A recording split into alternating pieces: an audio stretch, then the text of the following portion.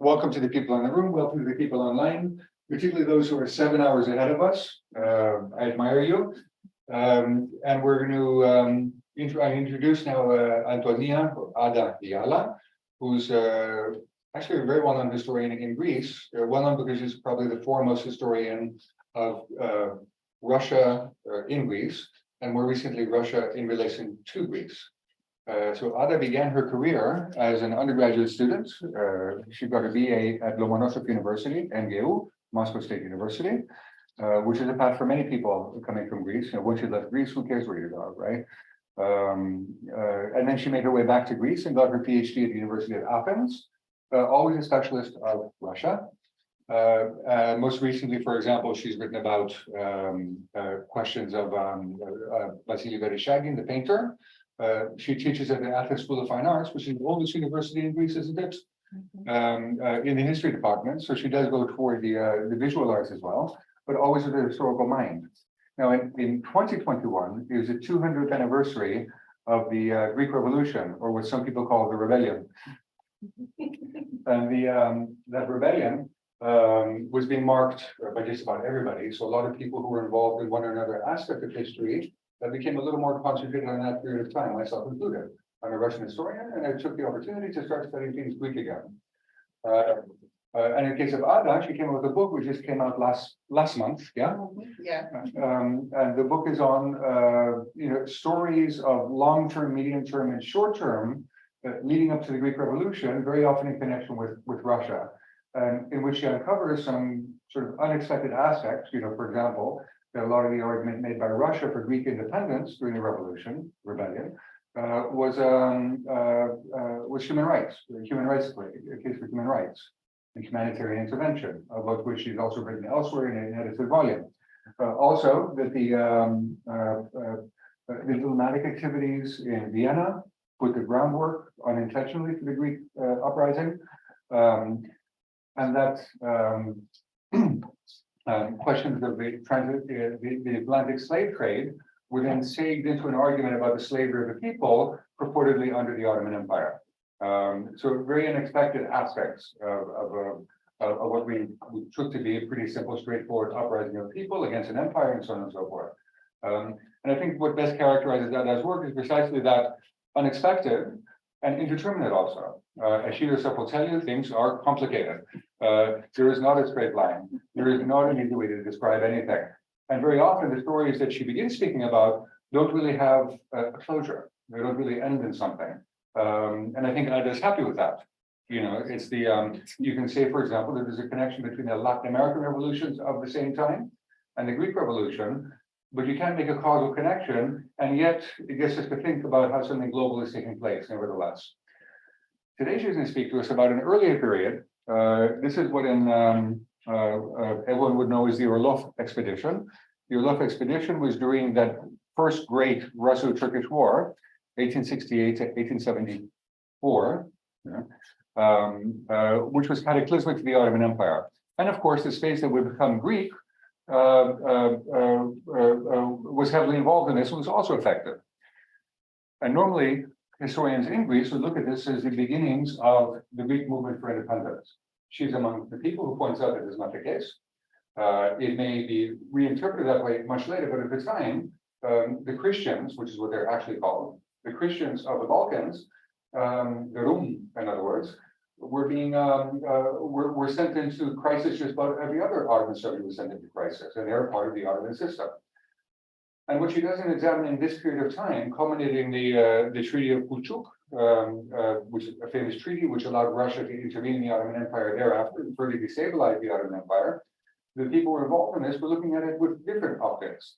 Optics of providing security, for example. Optics of giving protection, but not only for Christians, and certainly not only for Greeks. But optics of stability that might be afforded to Muslim populations as well. It wasn't clear, for example, it seems to me, I mean, this is myself speaking more than you, but something tells me you might agree that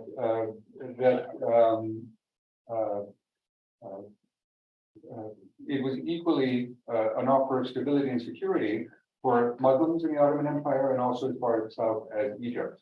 where the also appeared, where emissaries also appeared, and then in what is today called the area of Lebanon and Beirut. So it wasn't a clear-cut Christian-Muslim confrontation. That would come later, and that's part of the history of the Greek Revolution itself.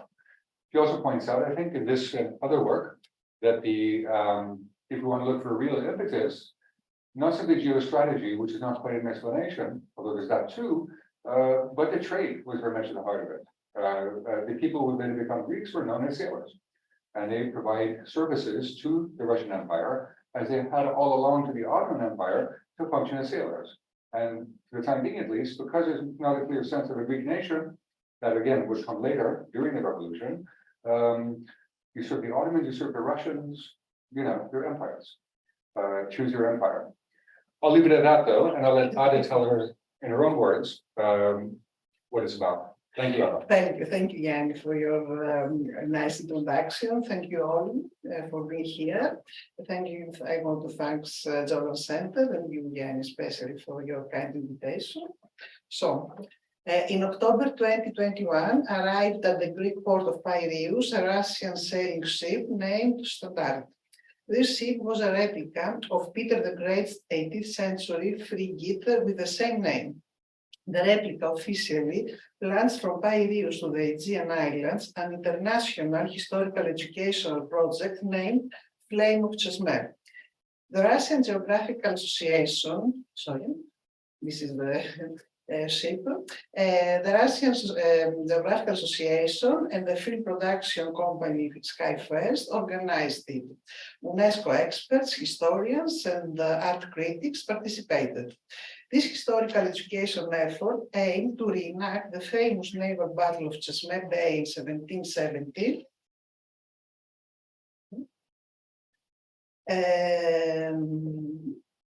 and to commemorate the so-called Principality of Archipelago, which existed under the aegis of the Russian Empire in 1770 until 1775.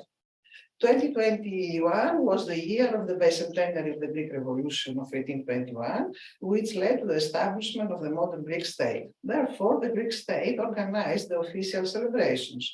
In this context, there was a bilateral agreement between the Russian Federation and Greece under the title The Year of Shared Russian-Greek History.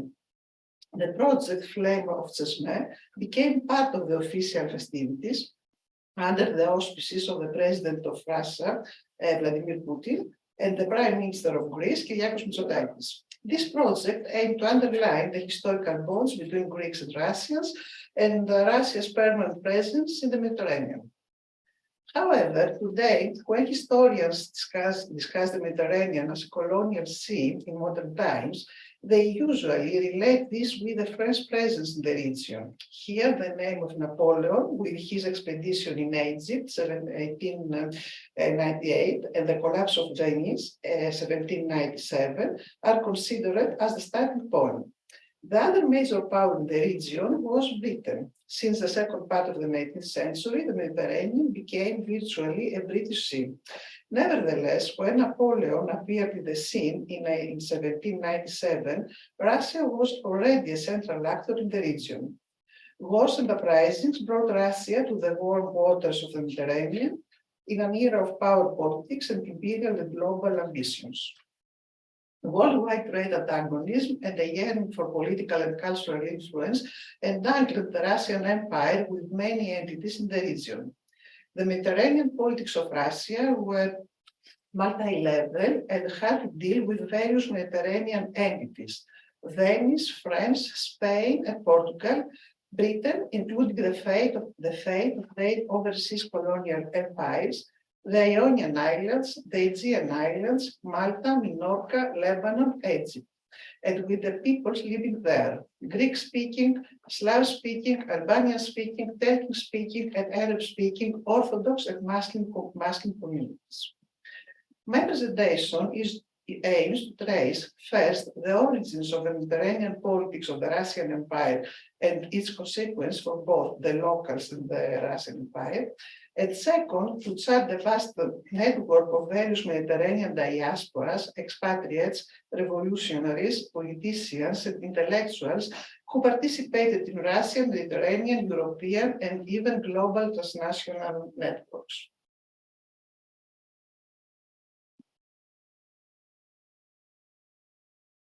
The emblematic year 1770.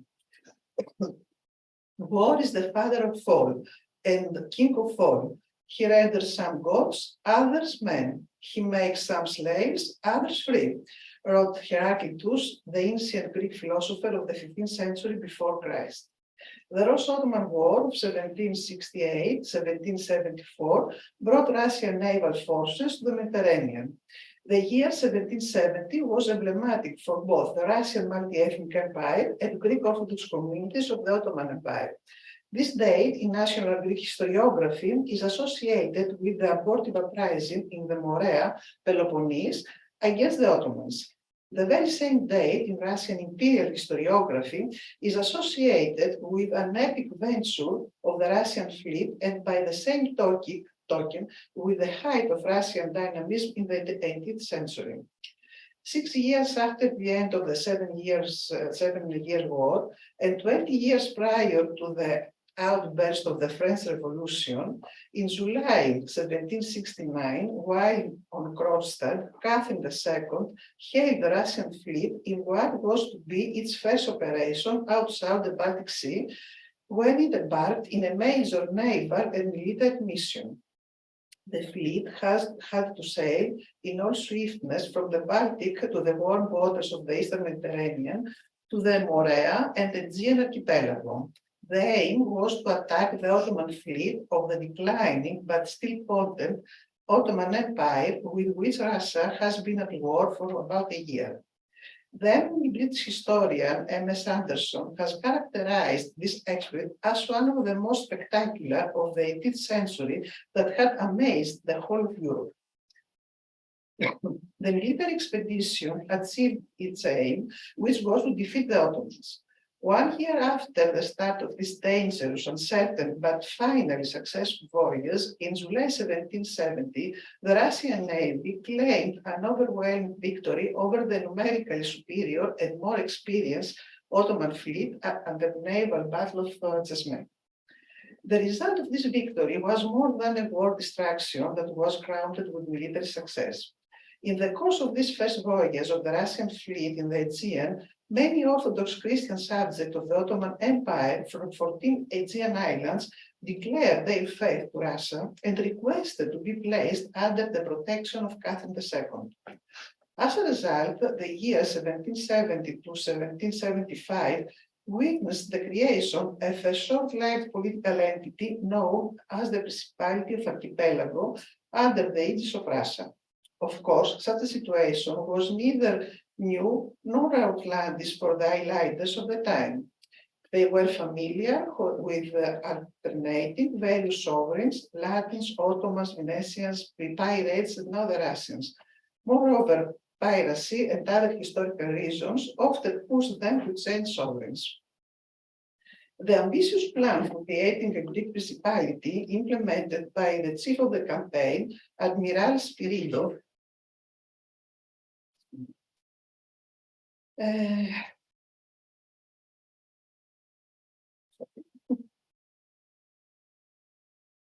after the Battle of Chesme, it was part of the so-called spontaneous expansion. The Russian instigators of this policy wanted to publicly propagate their enlightened ideas about governance, self-government, the education, and thus legitimize their sovereignty. All these elements embody the imperial visions of Admiral Alexei Orlov and Admiral Gregory Spiridov. The Russian Navy functioned as a colonial government, and the seas played an essential role in Russian trade and foreign policy. The war ended up with the famous Treaty of Kuchik-Kanarjan, 1774. The Mediterranean opened up new possibilities and challenges for Russians. From now on, the region was to acquire considerable importance in Russia's foreign policy, trade, and economy. But vice versa, Russia gained a reputation in the lives of the Eastern and Western Mediterranean peoples as a country of prospects and opportunities with political and economic significance. The war as mapping and space reinterpretation. This war was also a geographical adventure that reformulated space representations. At the beginning of this war, Catherine admitted that the area of southeastern Europe was a geographical nebula and that too many things needed to be corrected and supplemented on the geographical maps. She confessed to Voltaire, with whom she maintained a dense correspondence, that her imperial ambitions could not be placed on a precise geographical map. Quote, in this war, one hears the names of places which nobody had heard before and which geographers described as deserts. End of quote. Most importantly, it was not clear to her precisely in which geographical area and therefore in which cultural zone the Mediterranean could be placed compared to the other European seas. She asked her wise correspondent to enlighten her. Quote, is the Mediterranean European or not? Also the archipelago. The first is between Africa and Europe, and the second between Asia and Europe. End of quote. Catherine attached great importance to the science of geography precisely because she linked geography to her imperial aspirations. For the Empress and the Russian elites, the naval expedition of 1770 was not only a strategic plan, but also a geographical adventure and investigation with broader and long-term consequences. In this sense, it was a model project similar to other European colonial projects aimed to produce new knowledge in the service of colonial expansion. Moreover, the learned naval officers were obsessed with curiosity and mania of imaging, description, and recording. Thus, they mapped the area, described the flora and fauna, recorded populations they encountered, and described the villages, locations, and people. In addition, they depicted the morphology of the soil, the minerals, the ancient ruins, the monasteries, and the churches with drawings and paintings. The new knowledge reinvented the region, space, representations, and resulted in successive shifts in the contemporaries' perceptions of and ideas about the South Mediterranean European frontier. This was, after all, the epoch of scientific curiosity, the quest for empirical knowledge, of recording, and of classification. By the end of the campaign, the Mediterranean had been placed on the world map. Cartography created factual and intellectual preconditions for redefining the geographical designation of the Eastern Mediterranean as a European sea. This sea will be, at the same time, the object of Russian imperialism and the channel for world trade connections. After the war's end, Catherine expressed optimism about the prospects for prosperity for Russia that the signing of the Treaty of Pichuk-Enerzha had. Quote, the recent war has had some benefits for Russia, such as various sources of navigation and trade in the Black Sea and the Mediterranean. These benefits are new ways of getting rich for the citizens. No European people have such advantages, despite the efforts made by the various countries. Finally, the Russian flag is now waving in Istanbul. All these are outstanding achievements. End of quote. Even if this statement contains some exaggeration, it is essential to note its emphasis on the prospects of prosperity through navigation and trade.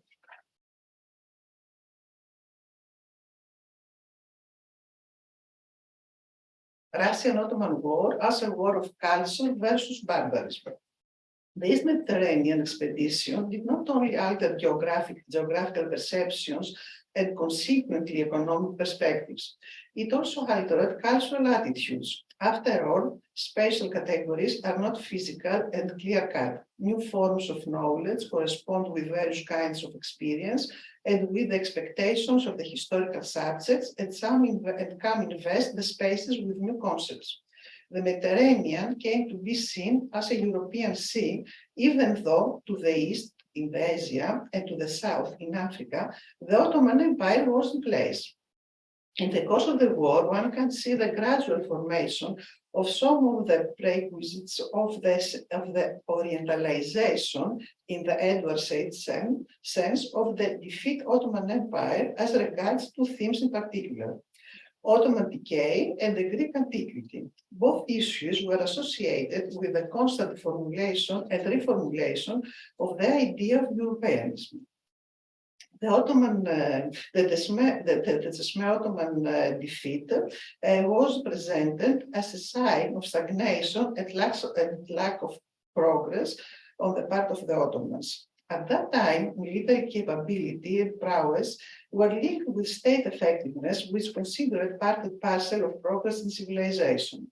In other words, progress and civilization were thought as an expression of Europeanism. The Russian victories reinforced the view circulating at the time that the Ottomans were in a state of inevitable decay, contrary to Russia, which was in ascendancy and could function as a model for the people in the eastern periphery of Europe. The unprecedented Russian victory in Chesme became the passport for Russia to be regarded as one of the major European naval powers. Voltaire hailed the victory of the Russian fleet and extolled the Empress for, as he said, she too prevents on behalf of Europe against the barbarian Ottomans. Voltaire further patronized Catherine's imperial ambitions and formulated the ideological framework of the war as a struggle of light against darkness. His letters presented the war as a European liberation war that would bring back to the region, after the Ottoman defeat, the rule of law, the sciences, and art.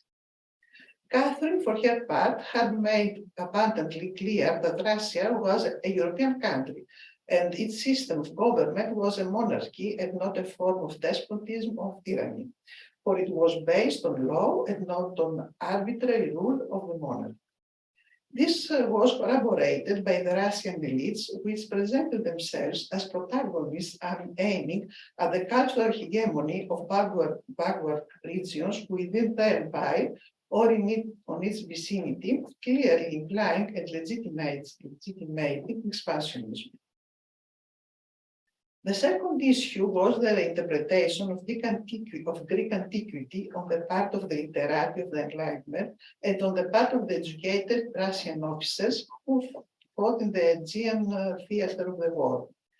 The issue of antiquity was not formulated from the outset when this campaign was decided and planned.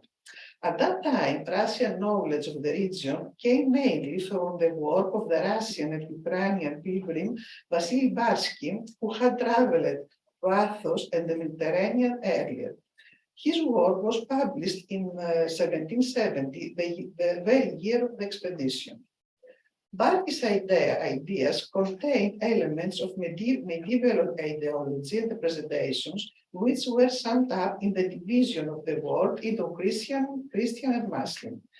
The Mediterranean linked with the Holy Land, Mount Athos and Constantinople, and thus was perceived as the border between two opposing worlds, where European Christians had been waging a crusading struggle for centuries. Consequently, the populations were also perceived as the homogeneous ones suffering under the yoke of the infidel Muslims. During the campaign, the search for ancient Greece will be added, which changed the Russian imaginary geography of the region. The Eastern Mediterranean and the Aegean in particular began to be associated with antiquity, adapting with ancient Greeks as the cradle of European civilization. Russian naval officers turned their attention to the ancient monuments, the ancient marble things in the walls of Admiral Spiridov, and engaged in what characterizes the colonial policies of all modern empires, namely the transfer of ancient objects to museums in the metropolis.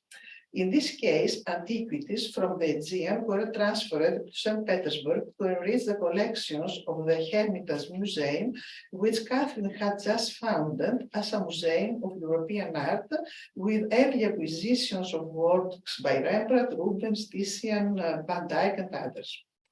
The head of the fleet, Grigory Spiridov, ordered the locals, by order of Catherine the Great, to deliver the ancient objects from the time of the pagans to him so that they could be safely transported to St. Petersburg. Of course, this was for the good of the islanders themselves. As some Greek historians rightly comment, two modern parameters emerged from the Russian admiral's words. The first, and it was unusual for the islanders, was the sovereign's own order to hand over the ancient objects, and the second was the enhancement of the value of the remains of antiquity, which for so many centuries they had incorporated into their buildings and found in abundance in their land. Of course, the natives had heard from other European travelers about the antiquities, but now they were told that they should feel proud of these old things, these old things were designed by Empress Catherine and were worthy of being exhibited in the capital of the great country of the north. The archaeological excavation on the islands and the similar practices followed by Catherine were not unknown. The Dutch Count Heinrich Leonard Patz von Krinking, an archaeologist who in 1771 was serving in the Russian Navy in the Aegean, was one of those who transported antiquities abroad, in this case in Livorno. The transfer of antiquities that would continue in the following years by all European colonial powers, with the most emblematic being the sale of the Parthenon marbles by Lord Elgin to the British Museum, reinforced the idea of the ancient Greek heritage as a part of the European identity. Thus, men began to place Greece, before the establishment of its modern state, on the European map. Indeed, it has been claimed that European philhellenism, as love and adoration of ancient Greece, was set in motion first with the arrival of the Russian fleet in the region. The discovery of Greece has its parallel discovery of Egyptian antiquity to reckon with, which introduced new cultural perspectives in the Eastern Mediterranean. So the history of Napoleon's campaign in the era had its precedent. Thus, in the course of the Russian naval expedition, the search for ancient Greek roots formulated Russia's cultural imagined geographies of the region. The Russian research in the region, which was traditionally related to religious, political, cultural, and economical matters, all associated with Christian orthodoxy, henceforth also included Greek antiquity as part of the complex Russian ideology. As a result, the Russian southward expansion was hailed as a state and national glory, as a fight for the Orthodox Christians against the infidels, and as the discovery of the values of antiquity. During the military conflict in the Aegean, the political and intellectual elites who undertook to legitimate this endeavor, especially the poets, in their oaths, Catherine, Hellenized the war operations, reinterpreting ancient myths so as to justify the expansion ideology of the Empress. Everything was conducted to such an output. The place where everything took place was not merely points on a new geographical map. They were points with a weighty historical content and the cultural meaning involved during this period. When the Russians first ventured there, the place names such as Sparta, Athens, Corinth, Arcadia were neutral, but soon they gained a new meaning as milestones of ancient history and civilization. The frequent parallels of the Russo-Ottoman War with the Greek-Persian Wars and the Russians taking, in their interpretation, the place of the ancient Greeks, while the Ottomans took the place of the Persians, underline the deep rift between civilization and barbarism, and consequently the European and versus non-European. One of the main outcomes of these processes was the crystallization of the idea that from a cultural perspective, Muslims had no place in Europe. The new cultural perspectives of the Eastern Mediterranean, based on Christian orthodoxy and on the new knowledge of antiquity, were the proofs for the Russians themselves that they form part of the European civilization. This was a mere acceptance and self-recognition, but raised the question of whether the Ottomans could remain in European territories, or whether the Europeans, including the Russians by Europeans, were bound by a duty to drive them out of Europe. The answer was given by Voltaire, who stated that, quote, "I believe in all seriousness that if someone is to drive the Turks out of Europe, it would be the Russians."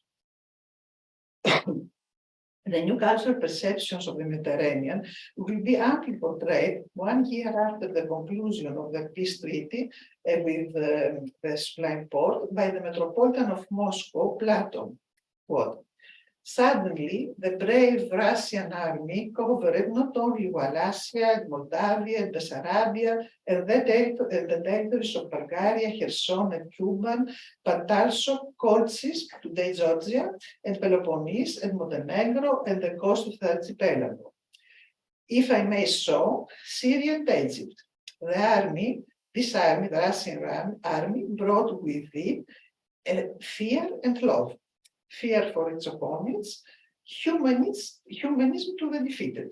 The Metropolitan saw the Eastern Mediterranean not only as a place of pilgrimage and crusades, but also as a place for the unfolding of Russian foreign policy, as a place inhabited not just by Christians, but by Greeks or Arabs, with populations that Russian policy could establish relations with, as they claim, their emancipation. Or, as Catherine put it, quote, "I did everything possible to adorn the geographical map with a straight line connected Moscow with Corinth. Now it is up to the Greeks alone whether Greece will be reborn." The war and the treaty that followed brought to the fore the idea of the future liberation of the Christian peoples in the Balkans. The historical contingency constructed the political public discourse of the epoch, the assuredness that the Ottoman Empire was bound to gradually weaken and eventually disintegrate. On this basis, very diplomatic plans appeared in Europe, starting with geopolitical plans by Joseph II and Catherine II in the 18th century, and ending with the end of the Ottoman Empire at the beginning of the 20th century. In 1770, the Aegean expedition had mainly been a form of war diversion.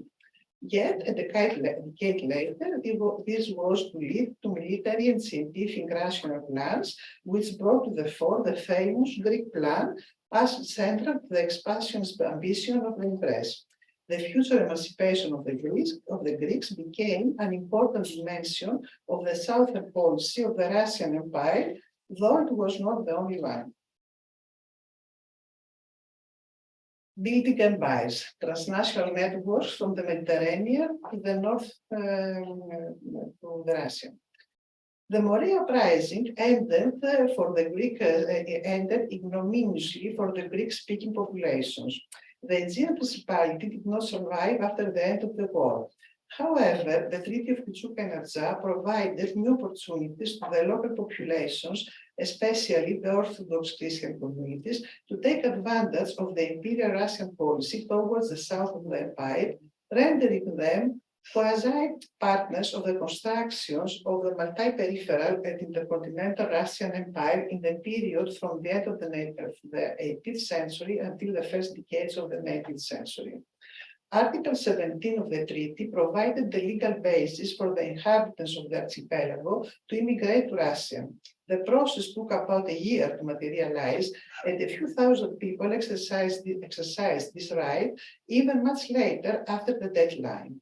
The same phenomenon of migration was observed during the subsequent Russo-Ottoman wars. For its part, St. Petersburg, as the imperial center, wanted to appropriate as soon as possible the rich but still uninhabited lands it was extracted from the Ottoman Empire thanks to the Treaty of Küçük Arjan. For this reason, Catherine endowed the Greek-speaking Christians who immigrated to the south of the empire with special privileges to attract them. The immigrants came from all social strata and were farmers, artisans, and experienced sailors who became sailors and officers in Russian ships. Immigration to the Russian Empire resulted in the establishment of Greek Orthodox communities in the Black Sea. Most migrants received land in Novorossiya, southern Ukraine, Crimea, and Azov. And there were also the many Orthodox Greek refugees who, after the war, had immigrated to Russia, thriving there in commerce, education, and even the high echelons of the bureaucracy. The Russian imperial practice of employing people from the Balkans became a family affair. Fathers found opening in Russian service for their sons and grandsons, widows gained pensions, and daughters became educated. Many of them earned the social status of the aristocracy. Such were the families, for example, of Ioannis Varvakis, Labros Katsonis, Stefanos Mavromichalis, and others. Among the most glamorous success stories were those of Ioannis Varvakis and Labros Katsonis. Both linked their later lives, especially their prosperity and vast fortunes, to the economic, military, and political prospects of the ever-expanding Russian Empire bordering on Persia. Ioannis Varvakis' career in the Caspian region was exceptional. The American War of Independence and the global French class compelled many governments to search for new commercial routes toward India, with Russia keen to divert the trade of Eastern India through the Caspian to the Volga River and on to St. Petersburg. Varvakis became a pioneer in the commercial invasion of the Russians in Persia. Katsonis, the other person, distinguished himself in the suppression of the Tatar uprisings of 1778. The Greeks who rebelled in the south of the Peloponnese emigrated to Russia as refugees, and there they established the so-called Spartan legions, led by Stefanos Mavromichalis, a member of one of the most famous families of the Mani region. Mavromichalis had early relations with Alexei Orlov. Thanks to his services at the Battle of Chesme, Stefanos Mavromichalis was decorated by Catherine herself and continued his military service in Russia. There he acquired and then maintained systematic relations with aristocratic families such as Rumyantsevs, the Potyomkins, and the Suvorovs. He facilitated the relocation of the Greek-speaking population from the Aegean to Russia and personally saw to it that they were granted land in Crimea and around the Black Sea in general.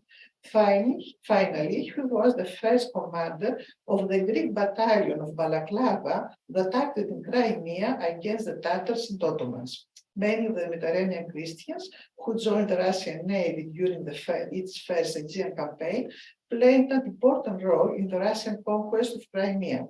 They formed military corps to fight and at the same time played the role of intermediaries in the relations between the Russian center and the Tatars until the latter were finally persuaded to prefer and accept their incorporation into the Russian imperial administration. As we know, in 1778, the Tatars were finally pacified and special privileges were given to Balaklava battalion.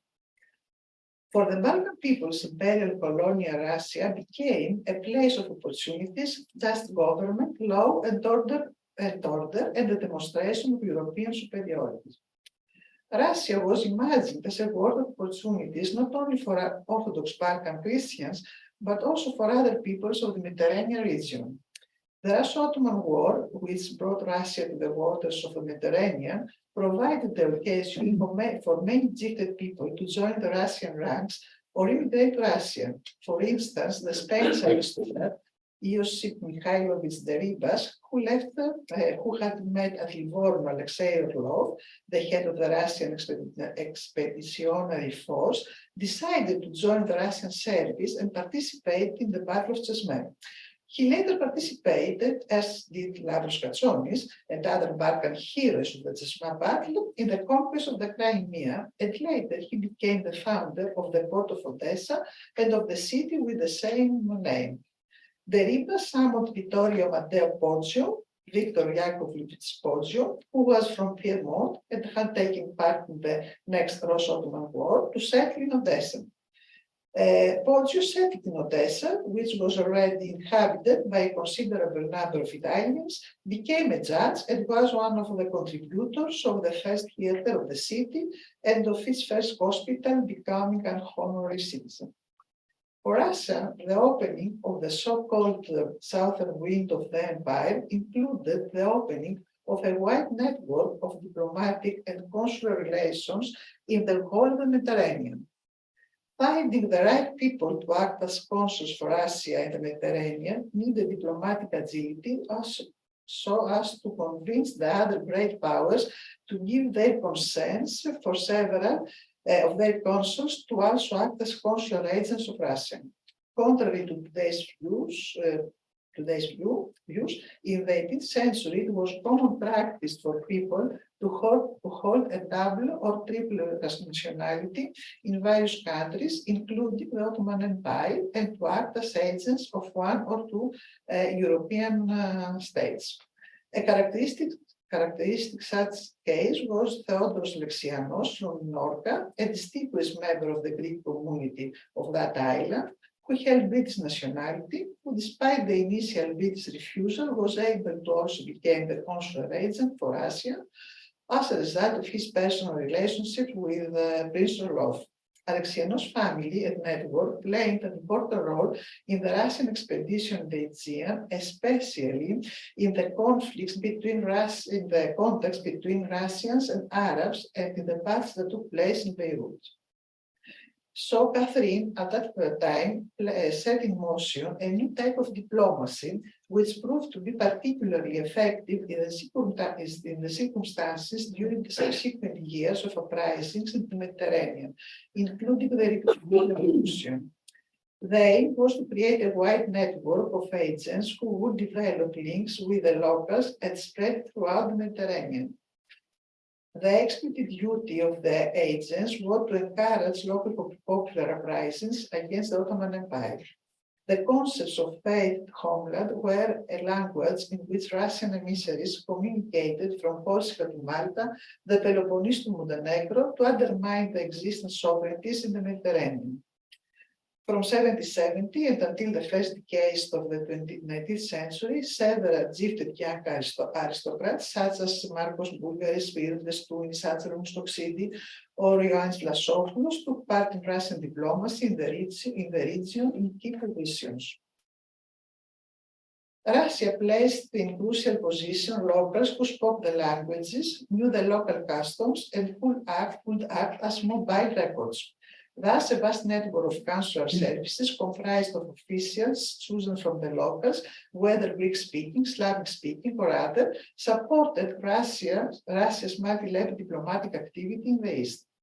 These consular networks were of great importance to all of the communities of the East, something that would bring benefits a few decades later during the Greek Revolution and the Russians themselves and the insurgent Greeks. When the Russians arrived in the Mediterranean, their policies were not limited to Greek-speaking Orthodox population.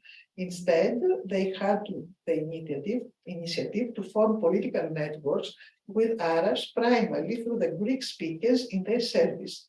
As an example is Ali Bey al-Kabir, the leader of Mamluks who revolted against Ottoman rule in 1768.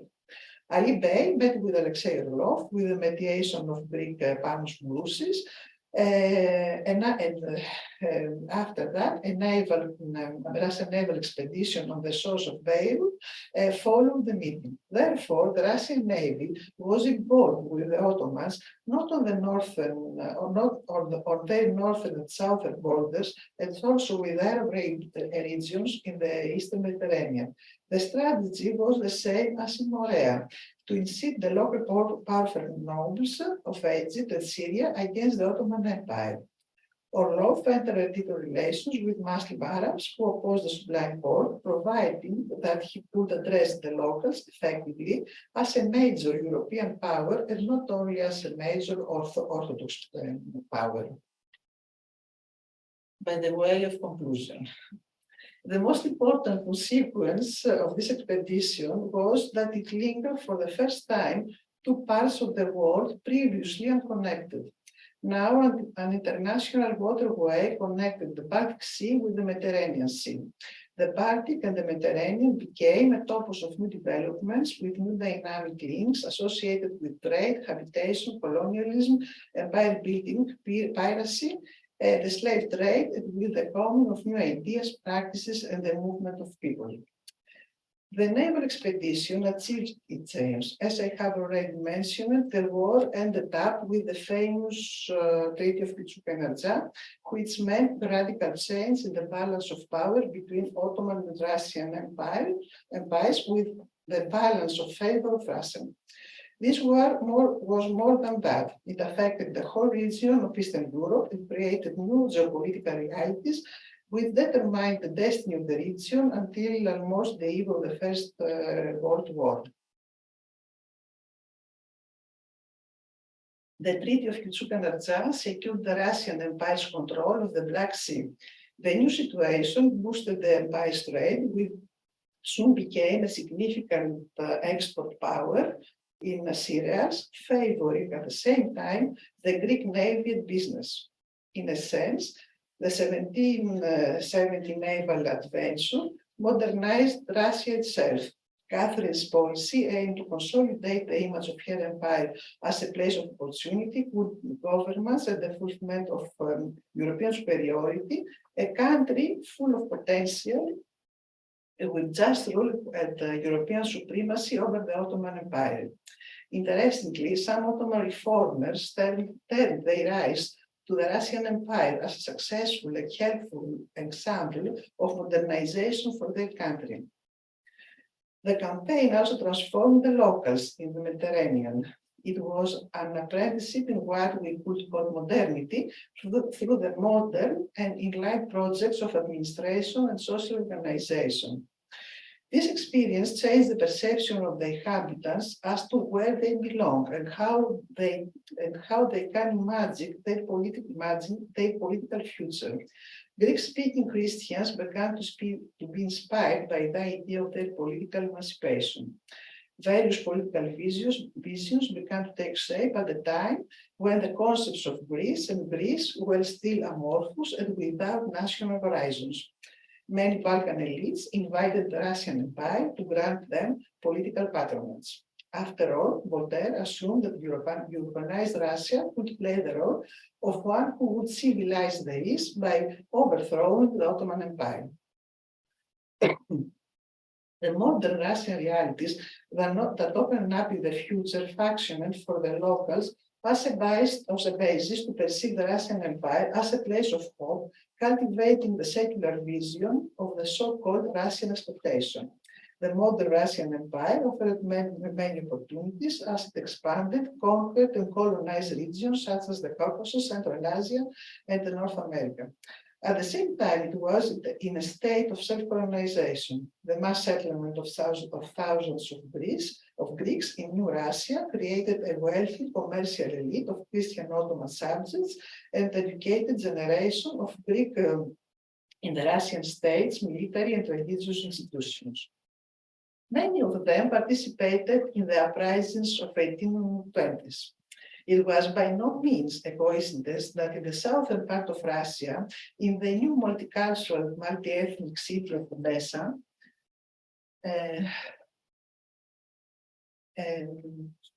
witnessed the emergence of the Philiki Eteria, a secret society which was the driving force to what was to lead to the Greek Revolution of 1821. The city of Odessa, which was founded by a Spaniard, administered by a French, such as the Duke of Richelieu, and had benefactors, Italians, Greeks, and other Balkan people, was an important link in the geography of the secret societies that had organized European uprisings in the 1820s, including the Decembrists. A Russian army officer, hero of the Napoleon Wars, ex-Ottoman subject of Greek Orthodox religion and Greek Phanariote ethnic origins, was the leader of the Greek Revolution that started in Bessarabia, a periphery of the Russian Empire, in February of 1821. His name was Alexandros Psyllandis. At that moment, Ioannis Kapodistrias, a Corfiot aristocrat with Greek ethnic origins, ex-Venetian subject with Italian education and a great European and Russian career, was one of the two foreign ministers when the Greek uprising began. After the Treaty of Pichouk and Arjan, the Russians left the Aegean and returned to Baltic, but never since then until today have they left the Mediterranean. The period from 1770 until 1830 was the Russian moment in the Eastern Mediterranean. This period which was a period of instability in this region, was to end with the French invasion and takeover of Algeria and the British control of Malta and of the Ionian Islands. Britain took the upper hand in the region, but Russians, for its part, have not abandoned the region and kept its ties and networks. Its contemporary involvement in Syria is probably an indication of these pre-existing ties and networks. Thank you for your attention. Great, thank you, Ada. All right, so as I understand it, Ada, you're looking at this first moment when, as you put it, the Baltic becomes linked as a naval way to the Mediterranean. Before that, it had been overland, right, for some time. And you're looking at it, you're trying to understand, so what exactly is originating here? So as I understand it, part of your argument is that the idea of Greeks who go back to antiquity is invented in large part by the Russians in the 1770s. Yeah? That'd be number one. So you'll tell me when I'm wrong, right? No, yes, it was a reinforcement of this idea of antiquity, because before Russians, there were European travelers who traveled this region. But Russians with the but because Russia was a great power, and Catherine and Voltaire and Enlightenment, all these philosophers, turned their attention to this region. And this was a crucial moment, not the first moment. I couldn't say that, but the people who participated in this expedition was not only Russians; there were British and other European origins, and they included also archaeologists and so on. And let's not forget one African, Gannibal was there. Yes, he was the uncle of Pushkin, was commanding some of the forces there at the same time, and he was in the taking of Navarino, right? Yeah. So, all right, so there's that issue, right? So antiquity. There's also the geostrategic and the trade issue, right? So the opening up of the Black Sea into the Eastern Mediterranean under Russian auspices. The sailors and the fighters are very often Christians, the Rum, right, the Ottoman Christians. But the Christianity part is where I get stuck, right? And you're probably also stuck, and we should be stuck, and we should marvel at this transformation whereby something which is geopolitical, economic, and cultural becomes transformed into a sharp division between Muslim and Christian, Asia and Europe, right? Now, it's not happening yet. Voltaire might say it, but Catherine doesn't, right? Not yet.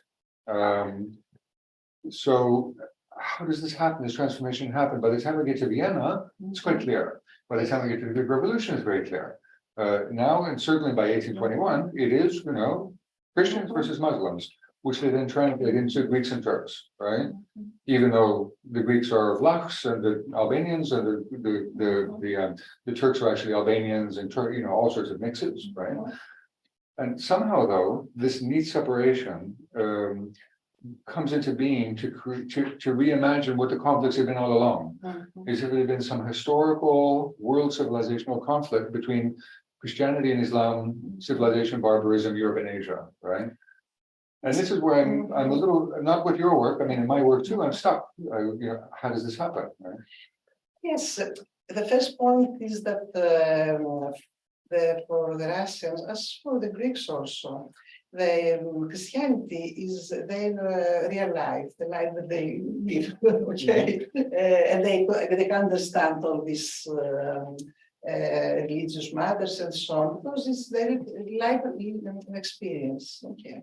Antiquity is something with this, connected with the idea of civilization.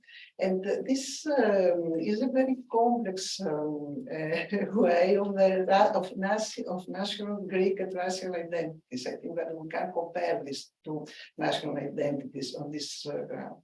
This is the first thing. The second thing is that at that time, So meaning that Christianity was already important, of right? course, because everybody understands, because it lives through Christianity at that time. The people, what was religion? It was a religion also. Christianity was very, very, very crucial. Okay. I mean, but Christians were flourishing in the Ottoman Empire, right? They're doing very well, right? Because empires are, how to say, multicultural. Yeah. They have different horizons on the matter of ethnicity. So, of course, there were Greeks who flourished in the Ottoman empires, and there were other Greeks who are against the Ottoman empires. It's not one thing. I think this is the problem. This is one thing. It's complicated. It's complicated, of course. That's all what I have to say. The second thing is that from the racial point of view, this reimagination of the Mediterranean meant that Ottoman Empire, the first point was that the Russian was against Ottoman Empire. But what was Ottoman Empire? It was not only Muslims, not only Ottomans, Turks, not Ottomans, not only Greeks, not only Slavs, but were Arabs also, and Arabian population was at the same time was divided to Muslims and Christians. The new way of thinking wanted to see that at this region there are Greek-speaking populations, Slavic-speaking populations, Arab-speaking populations, and that Russia could have connections with these different populations in order to decrease the power of Ottoman Empire. And at that point of time, this sharp division between cultural, how to say, and the civilization of the civilization matter not was so sharp. I think that is it is becoming through the 19th century. So things are more, how to say. Well, here's the next part. So the Russians themselves are a multi-confessional empire. Yes. They govern Muslims as well as Christians, right? And they govern different kinds of Muslims and Christians at the same time. And so when they arrive at the Ottoman Empire, this is something familiar to them. I mean, you have to find a way to govern all of your populations in conditions of one or another kind of tolerance, right? Was the Ottomans' practice and the Russians' practice, right? It wasn't always pretty. It wasn't always a safe place to be, but this was the principle behind it, right? We are more than one, there's one dominant, but we have multiple religions and they're recognized. So this is true of both of them. At some point, Russia enters into the Balkans and decides that the Balkans, and only the Balkans, have to be purely Christian. Yeah. Now, when I can pinpoint this, is another conversation. But don't you find it paradoxical? They themselves are continuing to govern Muslims.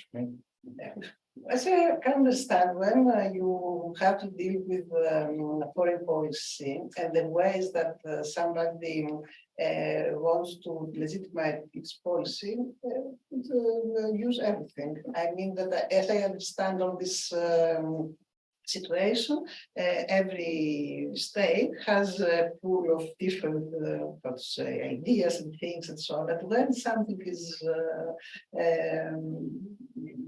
more, useful, they use. So they could speak at the same time for Orthodox and for Muslims. And through this, the issue of humanism and humanitarian and so on. This idea of humanitarianism is the very idea of the European superiority, this colonial thing.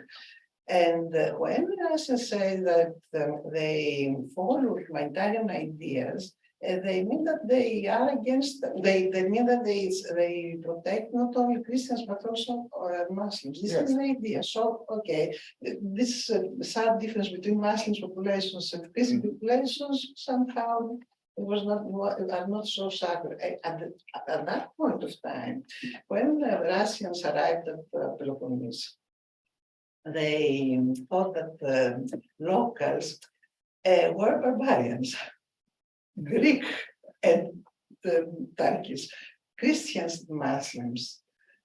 So they had through this, it is another idea. It's another, how to say, stroma, stratum. a layer of ideas that the locals are not civilized, so Russians could civilize them.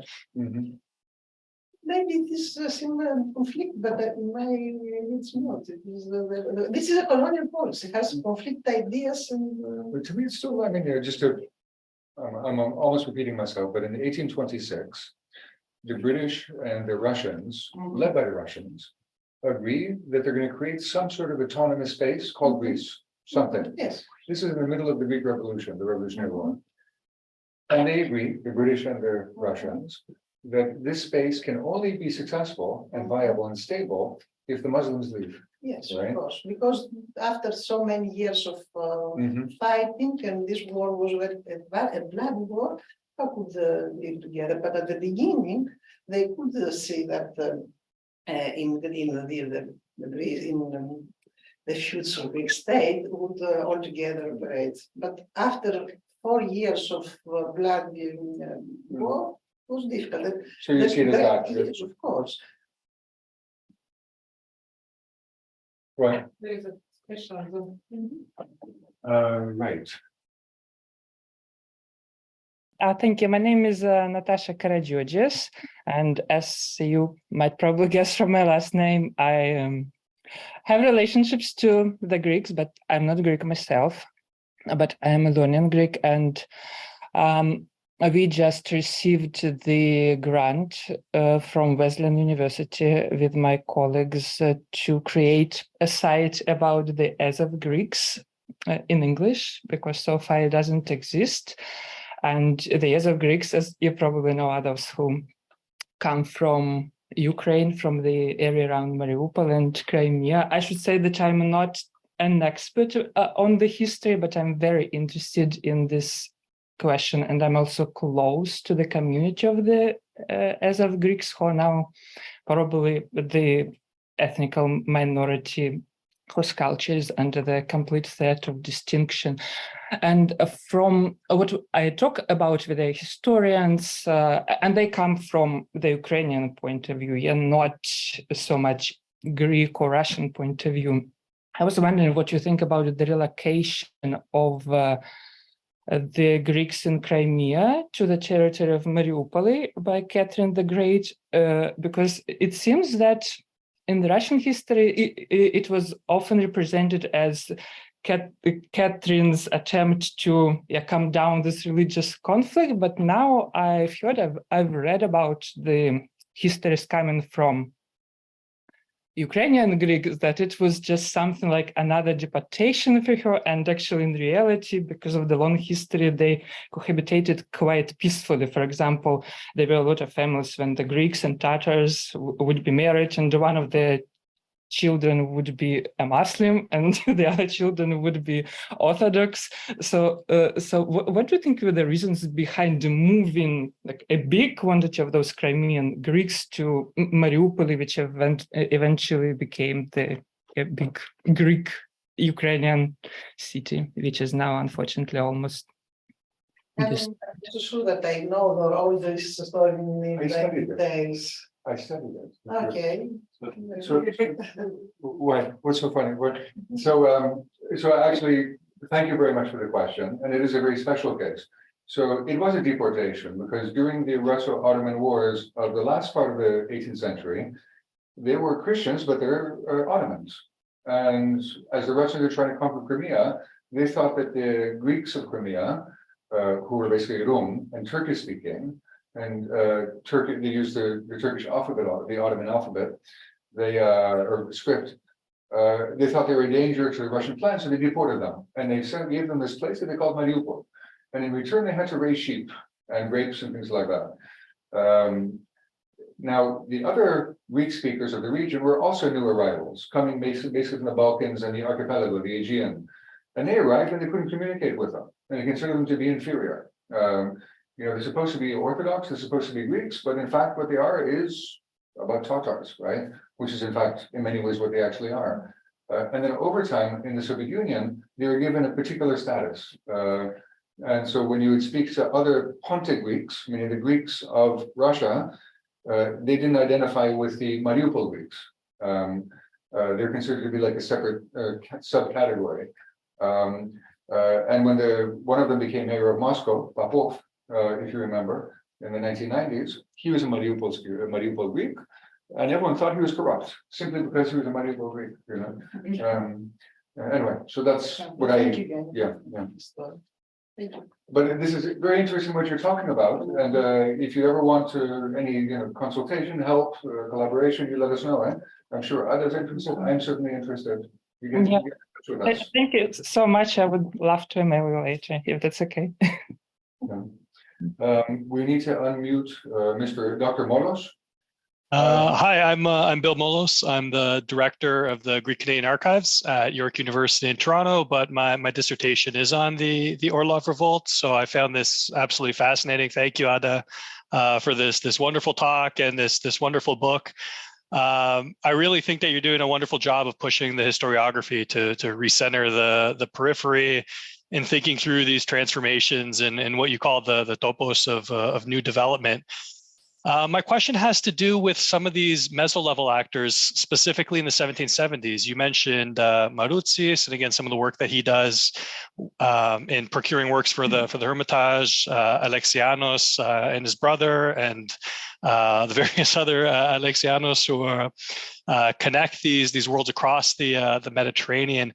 But beyond this too, we have a number of agas, we have bishops, we have primates and consuls. And we also have these various individuals who are responsible for requesting and accepting Russian protection. And we have all of these documents in Russian and transcribed into Greek as well by various Greek officers within the Navy in the 1770s. And these documents, again, they seem pretty straightforward. They're always requesting protection. They're always requesting lower taxes. But there are also these really fascinating stylistic commonalities. We have this sort of organicist language. Many of them are describing the human body and how the Greeks and the Russians belong to different parts of it. We have these family references. So in a lot of the letters to Spiridov and Nestorov, they're referred to as loving father. There's this common affective vocabulary. So we have a lot of the political claims that come to be couched in this language of love, Christian love, friendly love, mutual love. These show up a lot, and they're reproduced also by the Russians, and they're also reproduced in local correspondence between Ottoman agas and Nestorov and Spiridov. We also have these places that accept Russian subjecthood, but they don't really cooperate. So in Samos, for instance, they become part of this Russian principality to some degree, but then they refuse to cooperate with their forestry industry because the Russians want them to cut down these trees, but in order to build more ships, but the locals don't want to do it because they contain this valuable resin. So they continue to secretly trade this resin with the people in Anatolia. What I see during this period is that there's this really widespread effort to redefine political relationships. Who's responsible for defense? How much taxes, obviously, each region should be paying, but also how decisions come to be made. And I think Elena Smianskaya, who you quote in your book, she's looked at this as well, this effort to create the Senate in Paros, for instance. My question is it fair to say that empire is being redefined less by Catherine, Sultan Mustafa, Voltaire, and others than it is by these mediators? And connected to that, are people thinking through empire rather than sort of selecting among different patron empires. As I can understand the situation of the Aegean region, people they think through empires because this was the way of living, their conditions. So they had different horizons in order to act and to act meaningfully, to establish networks and to operate in this difficult world.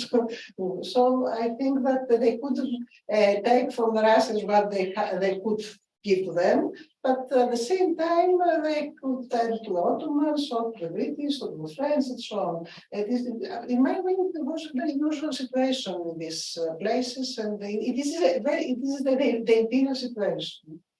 But of course, that Russia was a great power was played its role. Russia. Thank you for this. Yes, you can introduce yourself if you like. Yes, sure. Hi, my name is Ayşe. I'm an assistant professor in the history department, and I'm an Ottomanist, but I work on the earlier part. Of course, I'm familiar with the Küçük Kaynarca and what it means for the Ottomans and the Ottoman state, etc. And my question is about the part that you talked about how Catherine and a bunch of others depicted what was going on from a civilizational perspective, rather than talking about it. This says Christians versus Muslims. This says actually about civilization as opposed to backwardness or barbarism or civilized monarchy as opposed to despotic monarchy, etc. And where were they? And my question in that is, how were they drawing the boundary in that? Like where was the line in terms of where civilization started and ended? Because just like what Yanni mentioned, you really cannot use religion because there are religious communities, Christian, Muslim, all around these geographies. You cannot use language because there are Greek-speaking populations, heavily populated areas in other side of the Aegean, and Turkish-speaking or Albanian-speaking Muslims in this side of the Aegean. So where was this geography actually in their mind, or was there? Was this like an imagination that? I think that the real geography is absent in this situation. There is an imagined geography that the region is a confused region, but they have to understand what is this, because as I said, at that time, geography could not place what is Mediterranean. Some people thought that in their representations that there is not way from the sea to reach Baltic to Mediterranean. That is impossible because the geographical knowledge was not complete at that time. So geography is not so relevant here in one sense. This imagined geography includes all this discourse about religion, of course. Although Voltaire and other literati did not focus on religion, okay? They did not, I have to say, use the religion as something which is related to civilization. Nevertheless, there was a scale, and the Christianism was better than Muslims, okay. But I think that the point was that the state, the Ottoman state, was not capable to follow the European standards in foreign policy and in the state organization, and that the Muslim state was a tyranny. For this reason, Catherine always said that we're not a well-ordered state, not a tyranny, but not the Eastern tyranny. So this was, but in real population, I mean, the Russian could see Greeks and the Turkish at the same time as how to say barbarians or It's fluid, there is a And fluidity. then the compensation. It depends on the situation. You have to say the stories on concrete historical situations. Usually we generalize, and also myself, I generalize to say something, but this does not help. Then we have to see the situations. Tatiana, do you want to introduce yourself? Yeah, I'm Tatiana Lenkoeva. I'm also assistant professor in history department, and I'm studying Russian, Asian, Russian-Japanese relations. And my question is really just an ignorant question. When Catherine II or the Russian state talks about the Ottomans or the Middle East, what word do they use? Like, did they use the word Asia, or Vostok? What is Oriental? Vostok, they do not use usually Ottoman, they use the Turks. They have Turks, which is a term, how to say, not very. It's not honorific. It's not. Yeah. Yes. Yeah. Yes, it is Asia. It is East. So because I'm asking because part of my research is how the Russian Empire defined the geography of Asia.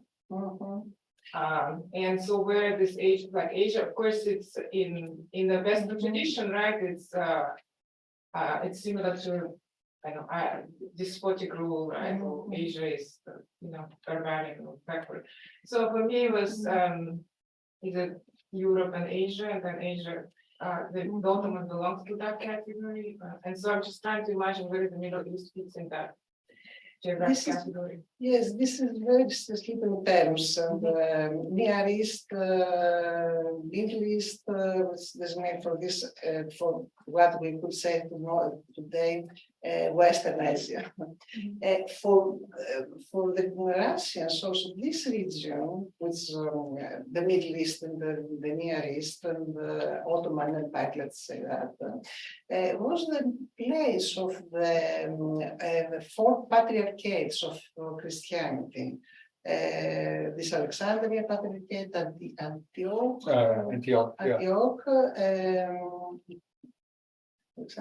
Jerusalem. And Constantinople. So this is something like this is a different geography. It's a religious geography, and all these terms existed during the whole 19th century altogether, depending on the situation and what they want to say.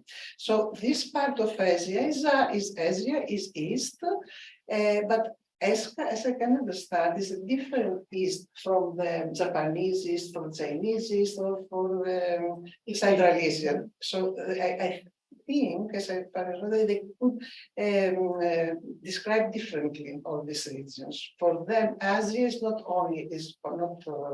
a homogeneous Asia. Yeah, it's not homogeneous, but they still use the word Asia. They do, but Yes. it's. I mean, but I think I've seen similar things for that period where they don't know where to draw the boundary. They don't know where it is. Yeah. And for the most part, everyone could agree that if you get into the Ionian Islands, meaning the west coast of the Balkans, the islands, then you're in Europe. But when you cross over, it's not clear. And so in the course of basically 18th century up until 1830, the debate is over whether or not these territories, the Balkan territories, are Europe. If they're Europe, then they belong to the European system, right? If they're not, they belong to the Ottomans, right? So deciding that they're European is also deciding that it's taken away from the Ottomans, right? Because Ottomans can't have European territory. And then they give them a king, a Christian king, and they become part of the system of European states, right? Not a very happy condition to be in if you're a Greek, but right. Yeah, But it's yes, interesting on what basis is the this delineation. That's the thing. But this term of Eastern for the Russians has multiple connotations.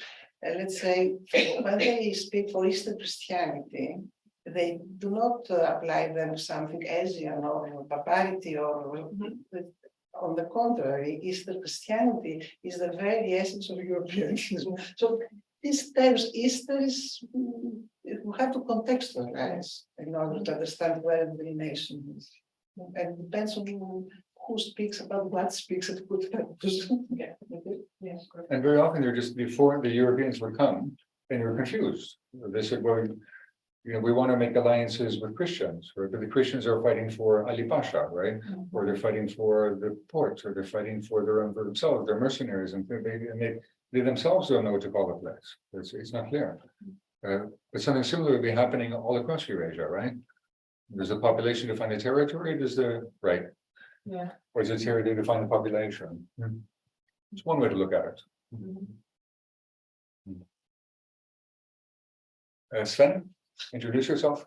Yes, my name is Sven van Maalbeek. I'm a PhD candidate in history, my final year. I was just very curious because I imagine this must just be such a fun project to work on in terms of it touches everything, everywhere. I was wondering if you could tell a little bit more about what this looks like in terms of the archives and the sources you tap into. What was that journey like? What is that journey like? I'm assuming it's ongoing. Yes, unfortunately, I couldn't visit archives when I finished my book because of war of this war was happening. But I visited Moscow many years ago. I also have some notes, but for this I use a lot of print material because was very interesting how Russians remember this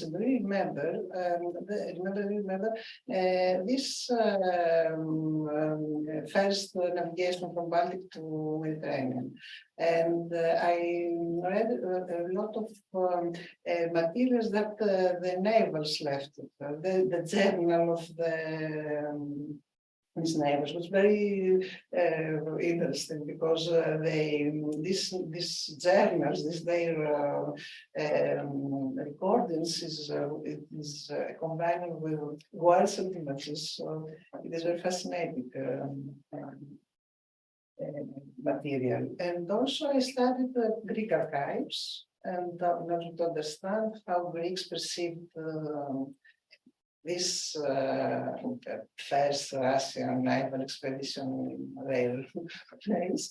And it is very interesting to understand that what the Greeks of the 1770 thoughts about the Russian presence in the archipelago is very different what the Greeks is thinking 1 century later, at the middle of the 19th century, where the Greek state was established and the national historical ideology was more strong, and usually they depict all this event as an abandonment from the Russian point, from the Russians.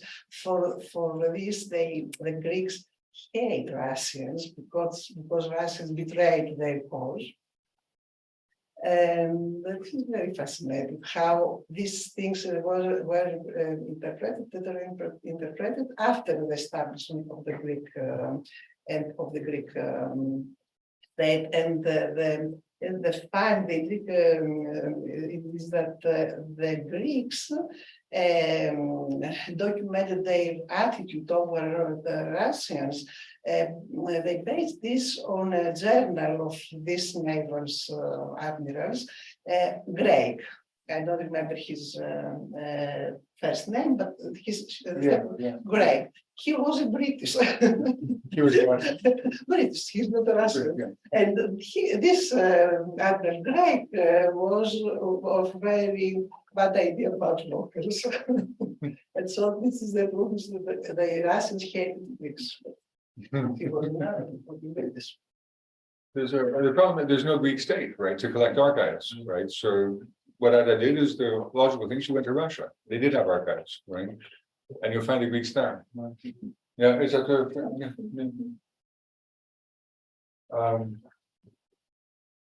I think we're good. Anything else, comments? All right. We're good then. Well, Ad, I want to thank you very much for making the way across the Atlantic to see us. Come again. We look forward to it. Pleasure. Thank you very much.